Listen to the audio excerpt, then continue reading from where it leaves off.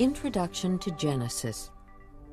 We would have many more questions than we do about our world and who we are if it were not for the first book of the Bible, the book of Genesis. The title, Genesis, means beginnings, and the opening words to this, the greatest story ever told, tell us that in the beginning God created all things. He not only created all things, but from these ancient texts, we can listen to him interacting with all he made. Genesis records many beginnings: the beginning of the world, of family, of sin and evil, of languages, and of the nations.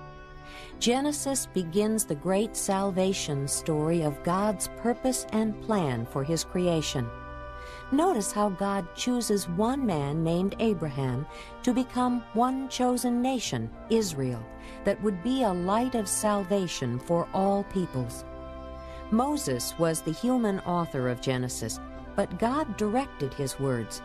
Notice how God intended the first several chapters to be a crucial summary of the origin of the world and its peoples. If one were to start from creation and then divide the whole Old Testament story in half chronologically, the midpoint would fall after about Genesis chapter 11.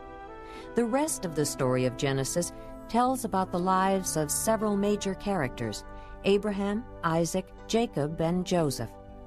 It also introduces us to the way God pursues and enters into covenants or promises with his chosen people, pledging his loyal love for them, which serves to benefit all peoples.